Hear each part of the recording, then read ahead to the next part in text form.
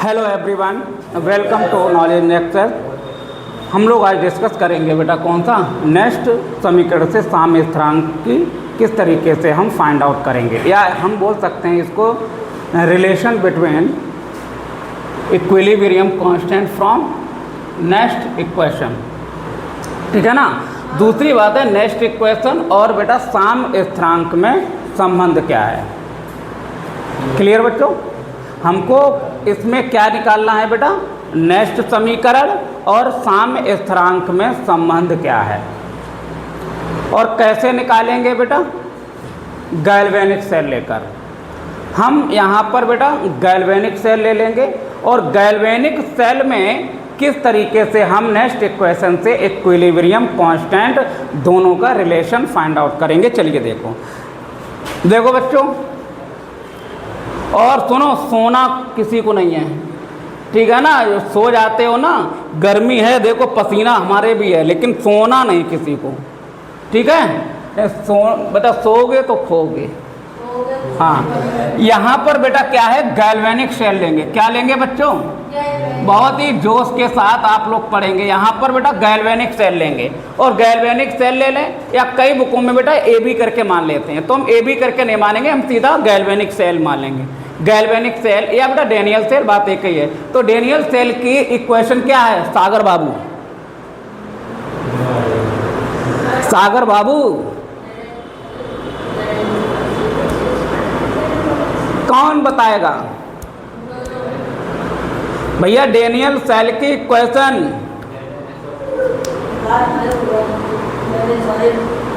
अरे भैया Zn zinc और कॉपर का था ना इलेक्ट्रोड, तो Zn solid plus Cu2 positive arrow Zn 2 positive plus Cu solid.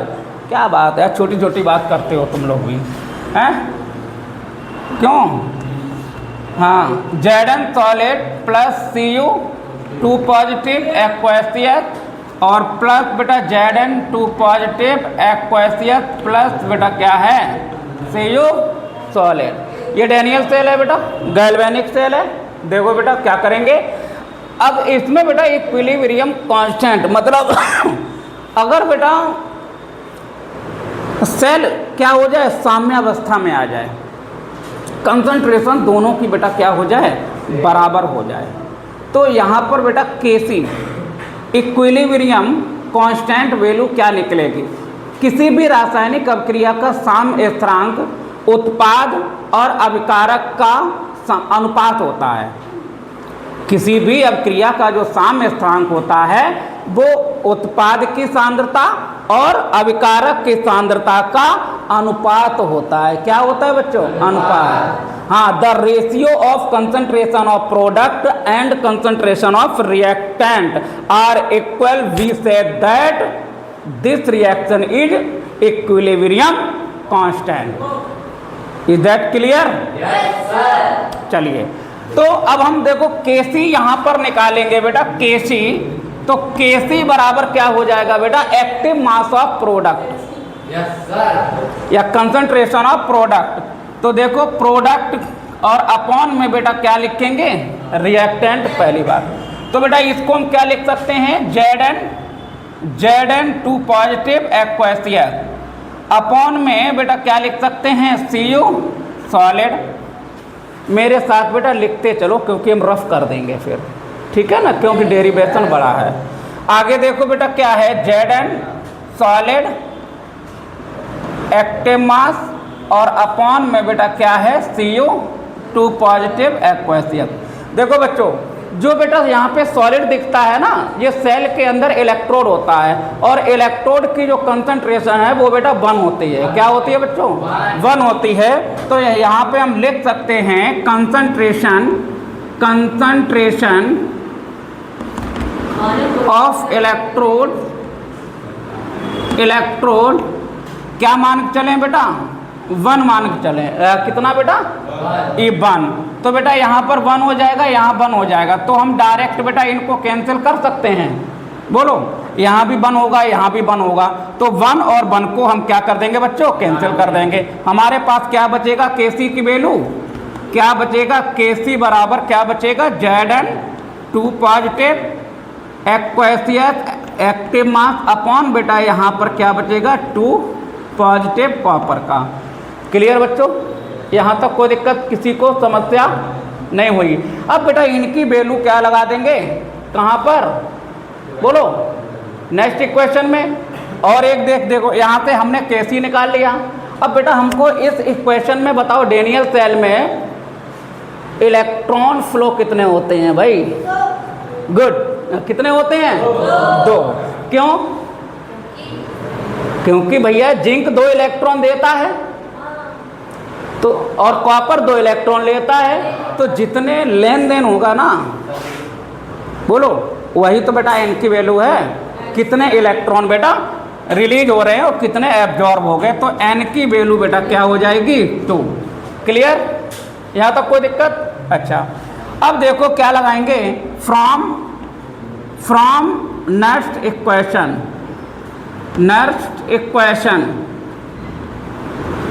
Next समीकरण के अनुसार, नेक्स्ट समीकरण के अनुसार देखो भैया, अब नेक्स्ट इक्वेशन क्या है, ई सेल बराबर बेटा क्या है, ई नॉट सेल माइनस क्या है बेटा 2.303 RT अपॉन बेटा क्या है NF, और लॉग बेटा क्या है KC, लॉग बेटा क्या है KC।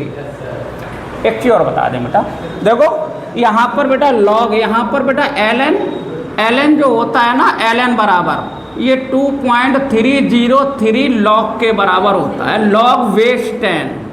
लॉग अपने में ही बेटा क्या है, बेस 10 है। क्या है? बेस 10 होता है। हाँ, तो लॉग केसी बेटा। अब यहाँ पर क्या करेंगे, देखो अब यहाँ पर हमें n की वैल्यू पता है, हमें यहाँ पे r की वैल्यू गिवन है, हम जानते हैं V नो, और यहाँ पर टेम्परेचर क्या है बेटा एट 298 केल्विन टेम्परेचर पर। ठीक है ना, तो इन सभी की वैल्यू बेटा पुट कर देंगे। और ध्यान देने वाली बात सबसे इम्पोर्टेंट है कि जब अभिक्रिया साम्यावस्था में है तो बेटा ई सेल क्या हो जाएगा, क्या हो जाएगा? जब अभिक्रिया साम्यावस्था में है, जब बेटा कोई भी पोटेंशियल नहीं होगा भाई, कंसंट्रेशन होगा, तो कोई भी सेल बेटा अभिक्रिया, सेल अभिक्रिया शून्य हो जाएगी। बोलो भाई, सेल कांस्टेंट है तो सेल कांस्टेंट में बेटा क्या हो जाएगा, जब रिएक्शन में इक्विलिब्रियम कांस्टेंट पर क्या होगा, सेल रिएक्शन 0 हो जाएगी, नॉट सेल रिएक्शन। यहाँ पर ना तो ऑक्सीडेशन होगा ना तो रिडक्शन होगा, और जब दोनों ही नहीं होगा तो बेटा ई सेल क्या हो जाएगा, 0 हो जाएगा। बोलो बच्चों, ई सेल कैसा हो जाएगा, 0। तो यहाँ पर बेटा ध्यान देने वाली बात है, ध्यान रखना बेटा, ठीक है ना। तो यहाँ पे R की वैल्यू हमको पता है बेटा क्या है, R की वैल्यू 8.314 है बेटा, है ना, joule kelvin mole litre inverse. और F की वैल्यू बेटा क्या है, F की वैल्यू हमने निकाली थी ना, उस निकाल चुके थे ना, हाँ गुड। तो अब इसकी बेटा डायरेक्ट क्या लगा देंगे, 96,500 कूलाम क्या लगा देंगे, और टेम्परेचर बच्चों कितना 298 केल्विन। क्लियर है ना। दूसरी चीज, दूसरी बात बेटा यहाँ पर लिख लेंगे, साम्यावस्था पर, साम्यावस्था पर, साम्यावस्था पर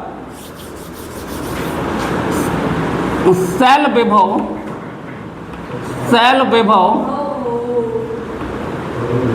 का मान शून्य होता है। क्या होता है बेटा, शून्य, है ना।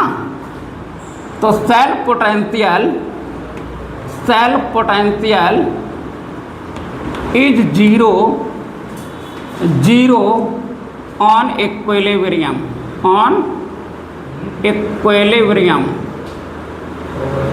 इक्विलिब्रियम पर क्या होता है बेटा, ई नॉट सेल बच्चों क्या हो जाएगा बेटा, वो ई सेल बराबर क्या होता है बेटा, 0। क्या होगा बच्चों, 0।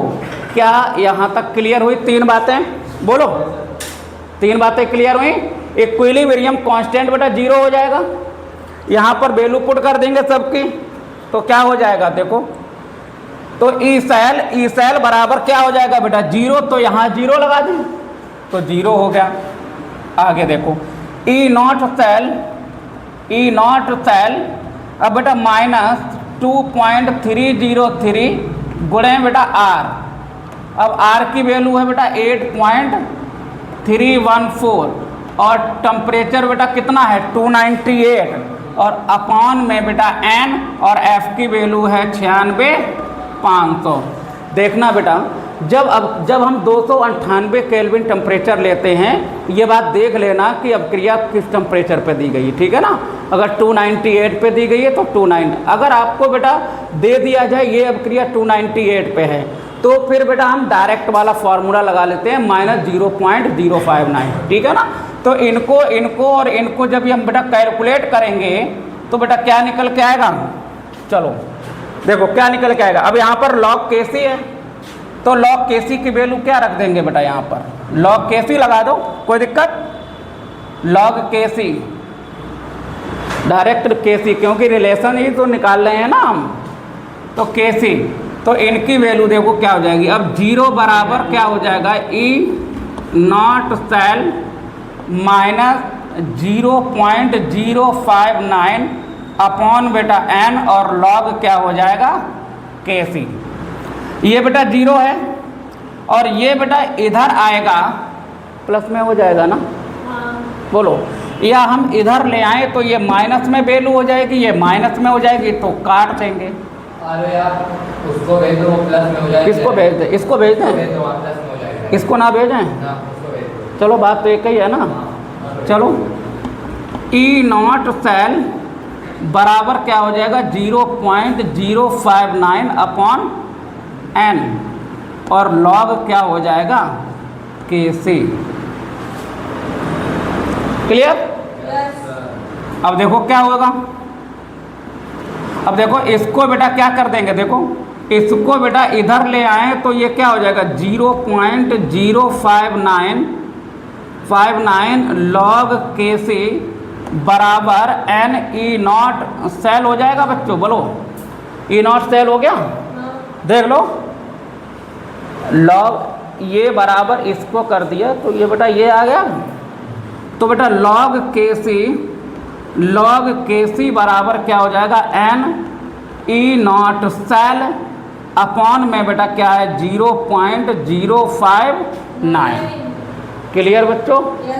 अब बेटा ध्यान रखना, इसे अगर हम Kc बराबर लिखेंगे, Kc निकालेंगे तो log बेटा जब अपोजिट में जाएगा तो क्या हो जाएगा बच्चों एंटी लॉग। क्या हो जाएगा जादू, क्या हो जाएगा एंटी लॉग। बेटा लॉग जब अपोजिट में जाएगा तो क्या हो जाएगा एंटी लॉग। हाँ क्या कर देंगे बेटा एंटी लॉग, तो लॉग क्या हो जाएगा, अब यहाँ पर बेटा क्या लगा देंगे बच्चों एंटी लॉग, ठीक है ना। क्या हो जाएगा N E naught cell upon में बेटा क्या है 0.059।